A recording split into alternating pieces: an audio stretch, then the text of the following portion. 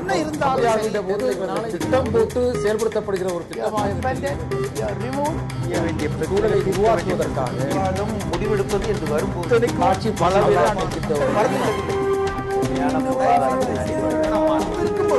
எதிர்த்து பேசுது. ராகவன், இருக்கிறதுல அதிக உறுப்பினர்கள் கொண்ட கட்சி பிஜேபி தான். உங்களை ஆட்சி அமைக்க கூப்பிடணும்னு கேட்கறதுல எந்த அறம் பிறழ்ந்த விஷயங்களும் இல்லைன்னு அமித்ஷா சொல்றாரு. உங்களுக்கு பெரும்பான்மை இருந்து கூப்பிட்டாங்கன்னா யாருக்கும் எந்த பிரச்சனையும் இல்லை. இப்ப பெரும்பான்மை இல்லாத சூழல்ல உங்களுக்கு எங்கிருந்து அந்த பெரும்பான்மை கிடைக்குங்கிறத முன்கூட்டியே சொல்ல வேண்டியது அவசியம்னு நீங்க நினைக்கிறீங்களா இல்லையா? நான் என்ன நினைக்கிறேங்க, இப்போ அங்க இருக்கிற கிரவுண்ட் சிச்சுவேஷன் ஒண்ணு இருக்கு. நான் அதுக்கு முன்னாடி அவர் சொன்னாரு, நம்ம கண்ணன் சொல்லும் பொழுது சொன்னாரு, இந்த லெப்டினன்ட் கவர்னர் இப்படி ஆக்ட் பண்றாருன்னு. இந்த லெப்டினன்ட் எங்களுடைய கவர்மெண்ட் இப்பதான் 3 மாசம் ஆச்சு. அதுக்கு முன்னாடியும் சஸ்பெண்டட் அனிமேஷன் முடிவு பண்ணது யாரு? பிஜேபி ஆட்சி, சென்ட்ரல் கவர்மெண்ட் இல்ல. இந்த கவர்னர் முடிவு பண்ணார். அப்ப சென்ட்ரல் கவர்மெண்ட் காங்கிரஸ், அவங்க ஏன் அந்த மாதிரி சஸ்பெண்டட் அனிமேஷன் வச்சாங்க?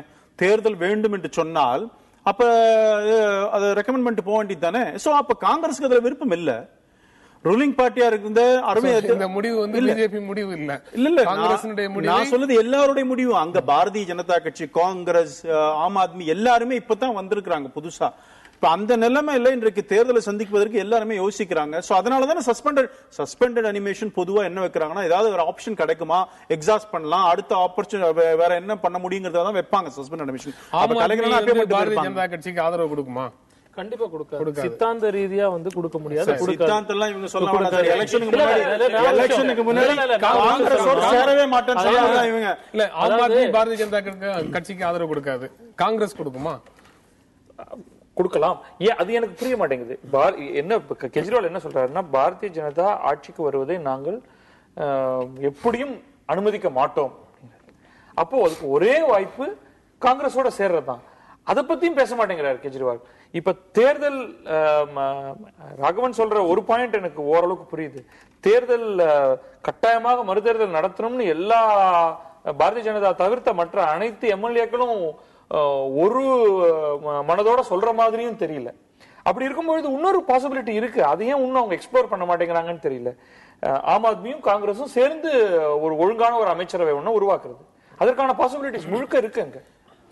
அதுதான் வந்து மீண்டும் எக்ஸ்ப்ளோர் பண்ணணும். சார் சொன்னதுக்கு ஒரு பதில் நான் சொல்லணும். நானு சார் சொல்றாங்க சஸ்பெண்டட் அனிமேஷன் வந்து காங்கிரஸ் வச்சிருக்காங்கன்னு சொன்னாங்க.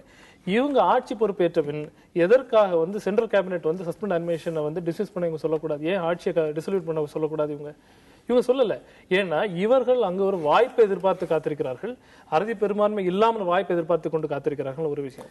இரண்டாவது விஷயம், நான் முன்னாடியே சொன்ன மாதிரி, அதாவது மாநில சட்டம் ஒழுங்கு, மாநிலம் வந்து இந்திய அரசியலமைப்பு சட்டத்துக்கு உட்பட்டு தான் நடக்கிறதா, செயல்பாடு இருக்கிறதா கண்காணிக்கக்கூடிய நஜீப் ஜங் வந்து லெப்டினன்ட் கவர்னர் அவர்களை வந்து தன்னுடைய நிலைமையை தக்க வைப்பதற்காக வந்து பாரதிய ஜனதா கட்சிக்கு இப்படி ஒரு அழைப்பு விடுப்பார் என்பது எங்களுக்கு சந்தேகமாக இருக்கு. நீங்க இப்ப பத்ரியும் சொல்றாரு, நீங்க காங்கிரஸும் ஆம் ஆத்மியும் சேர்ந்து ஆட்சி அமைப்பதற்கான ஒரு வாய்ப்பை ஏன் இன்னும் எக்ஸ்ப்ளோர் பண்ணக்கூடாதுன்னு சொல்றாரு.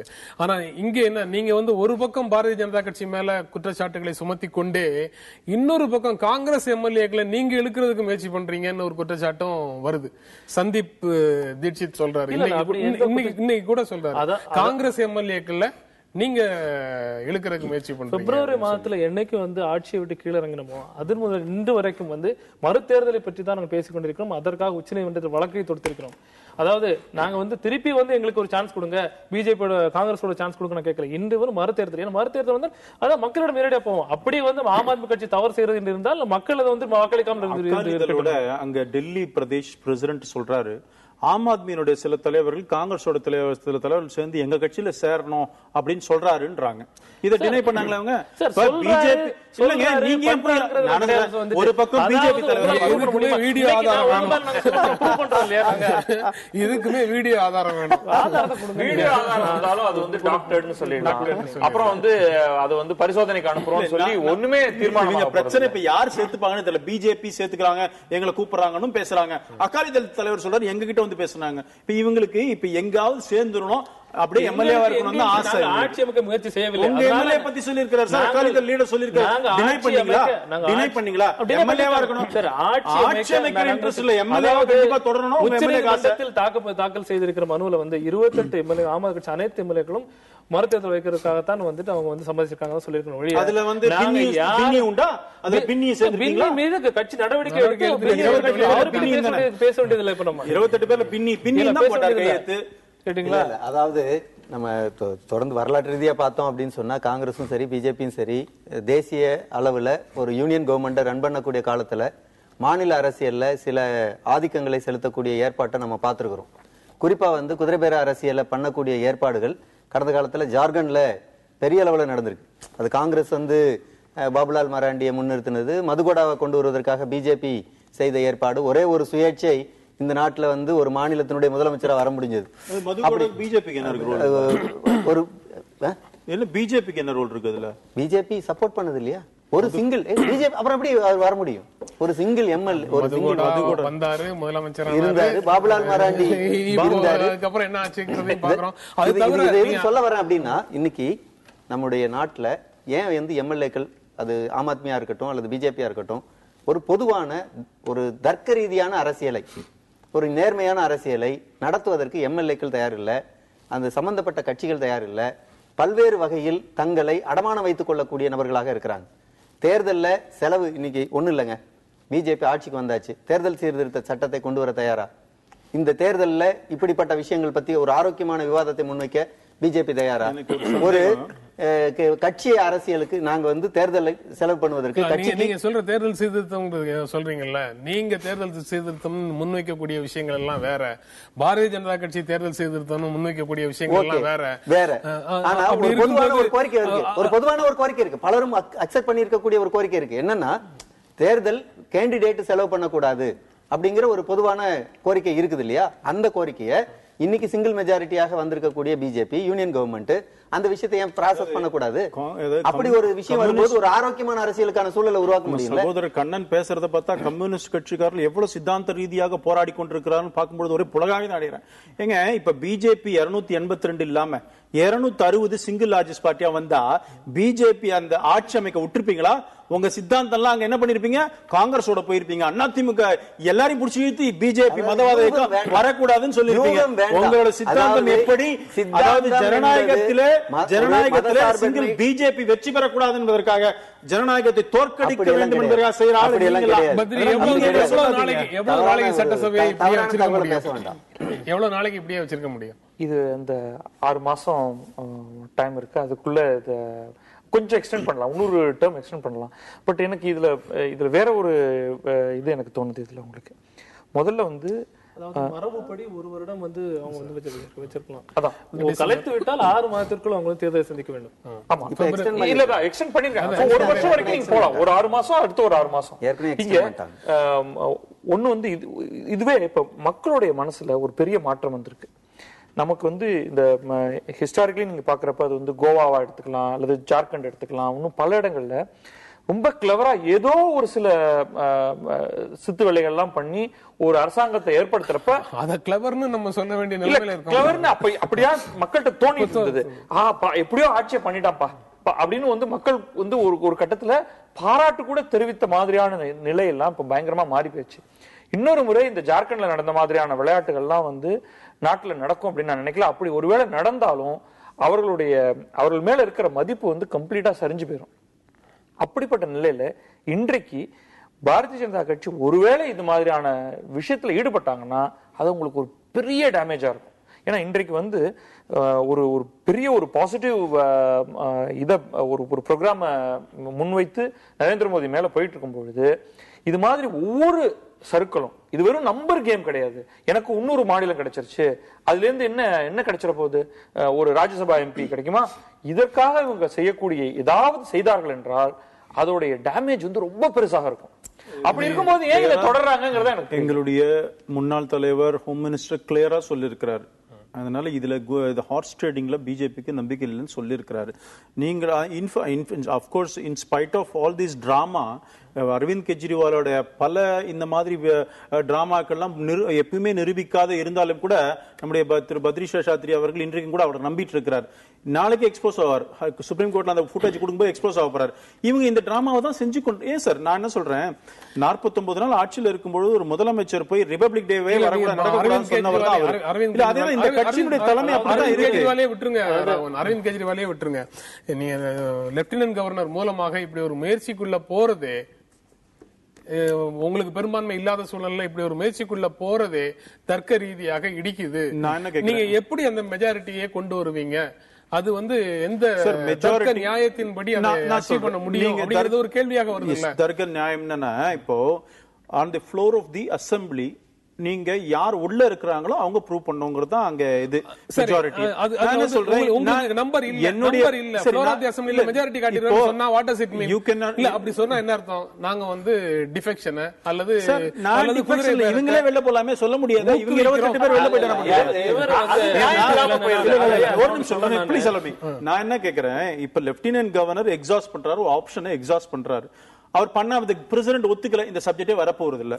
இதை வந்து சஸ்பெண்டட் அனிமேஷன் வச்சது பிஜேபி இல்ல, நான் ஏற்கனவே சொல்லிட்டேன். இப்ப floor of the assembly lieutenant governor எங்களை கூப்பிட்டு நீங்க ப்ரூவ் பண்ணணும், எப்படி இருந்தாலும் ப்ரூவ் பண்ண சொல்லுவாங்க. அப்படியே ஆட்சி அமைக்க கூட ப்ரூவ் பண்ணி ஆகணும். நாங்க இருக்கும் பொழுது காங்கிரஸும் ஆம் ஆத்மி சேர்ந்து எங்களை வீழ்த்த முடியும், செஞ்சுட்டு போட்டோமேங்கிற. நான் கவர்னரை பொறுத்த வரைக்கும் அவர் ஒரு கான்ஸ்டிடியூஷனல் டியூட்டி இருக்கு, சஸ்பெண்டட் அனிமேஷன் கொடுத்துருக்கோம். நாம தான் சொல்லி இருக்கிறோம் நம்ம ட்ரை பண்ணுவோமே, அவர் ட்ரை பண்றாரு. ட்ரை பண்ணல, அதுல பிஜேபி கவர்மெண்ட் விழுந்துருச்சுன்னா டிஸ்மிஸ் பண்ணிட்டு போறாங்க. தேர்தல் வரப்போகுது.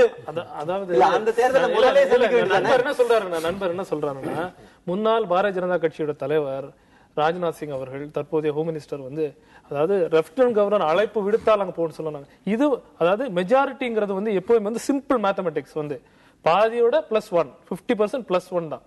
உங்களுக்கு இல்லையே தெரியும், உங்களுக்கு இல்லைன்னு சொல்லி வந்துட்டு அப்புறம் அழைத்து வளைப்பு விடுத்தாலும் ஆட்சி அமைப்புங்கிறது வந்துட்டு ஜனநாயகத்தை மிகப்பெரிய கேள்விக்குறி ஆக்கிடுங்க சார்.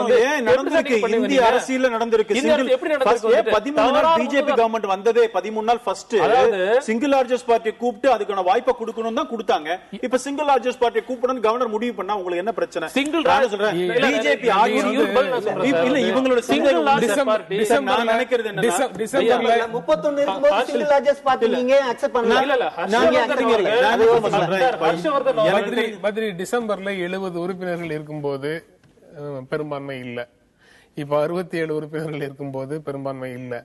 ஒருவேளை அது 60ஆகவோ 58ஆகவோ சீக்கிரம் ஆயிடுச்சுன்னா அப்போ வந்து பெரும்பான்மை இருக்கும். அதான் பெரும்பான்மை ஆக்குறதுக்கு சில வழிகள் இருக்கு. ஆனா அந்த எந்த வழியுமே நியாயமான வழி இல்ல. அதை மட்டும் நிச்சயமா ராகவன் அதையாவது ஒத்துப்பாருன்னு நினைக்கிறேன்.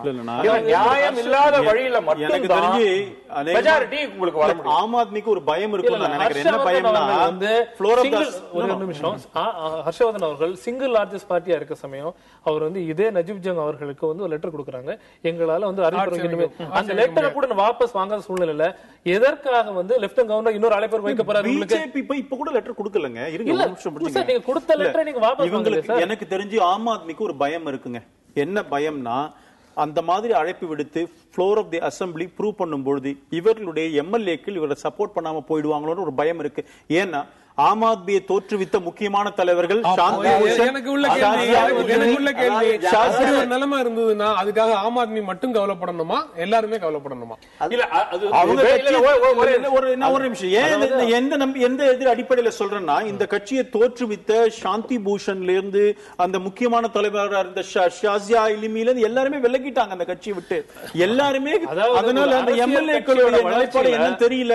இவர்களுக்கு தெரியுமோ என்னவோ நம்முடைய எம்எல்ஏ நம்மளால காப்பாற்ற முடியாதுங்கிற பயம் இருக்கிறதுனால தான் இது போதும் நினைக்கிறேன். அதாவது குதிரை பேரம் நடத்துவதற்கு திரு ராகவன் சொன்ன ஸ்டேட்மெண்ட் வந்து போதும் நினைக்கிறேன். ஜனநாயகத்துல எதிர்கட்சியில சோரம் போவாங்க, எதிர்கட்சி எம்எல்ஏக்கள் சோரம் போவதை நாங்கள் பயன்படுத்துவோம் அப்படின்னு சொன்னா அது ஜனநாயகமா? அது மக்கள் எதிர்பார்க்கிற ஜனநாயகமா? அது நாட்டினுடைய வளர்ச்சி உங்க கையில இல்லையோ நான் நினைக்கிறேன். அந்த மாதிரியான ஒரு சூழல் வேற கட்சியில இருந்து வரணும். கட்சியில வந்து எந்த விதமான உள்கட்சி பூசல்களும் இல்லையா, பிரச்சனைகளும் இல்லையா, அவர்கள் சந்திக்காத அரசியலா? இவர் வந்து இன்னைக்கு ஆம் ஆத்மி கட்சியில வந்து அப்படி இருக்கிற, அதாவது ஒரு கட்சி வளர்ச்சி அடையும் போது வந்து ஒரு குடும்பமானாலும் கட்சி தொழிலா இருந்தாலும் வளர்ச்சி அடையும் போது அதுல சில சிக்கல்கள் வரும், நடைமுறை சிக்கல் வரும், அது வந்து உண்மை. ஆனா அதே வந்து அரசியலாக்குவது வந்து சரியில்லை.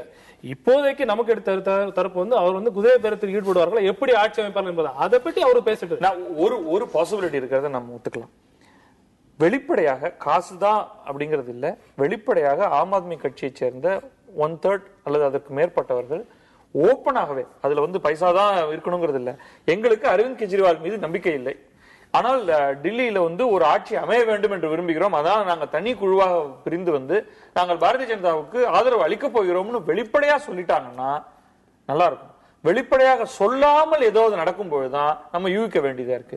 இந்த யூகங்கள் வந்து எப்படி நீங்க யூகம் எடுத்துக்கிட்டு எங்க மேல அவதூறு சொல்லலாம் அப்படின்னு பாரதிய ஜனதா கட்சி கேட்க கூடாது இந்த இடத்துல. ஏன்னா ஏன்னு சொல்றேன்னா, ஏன்னா இந்த அரசியல்ல பிரச்சனை இங்க என்னன்னா, எதுவுமே சரியில்லை அப்படிங்கறதுனால எல்லாரும் வந்து ஒரு மாதிரி விரக்தி அடைந்திருக்கக்கூடிய இந்த நிலையில வெளிப்படையான விதத்துல இந்த மாதிரியான விஷயங்கள்லாம் நடக்கலன்னா அப்ப சந்தேகம் தான் நம்ம பட வேண்டியது. நீங்க வந்து இது ஒரு நியாயமே கிடையாது எங்க பேர்ல இருக்க சந்தேகத்துக்கு.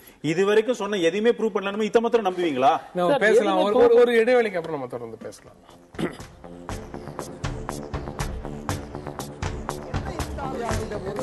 திட்டம் போட்டு செயல்படுத்தப்படுகிற ஒரு திட்டமாக சூழலை உருவாக்குவதற்காக விவாதம் முடிவெடுப்பது என்று வரும்போது ஆட்சி பல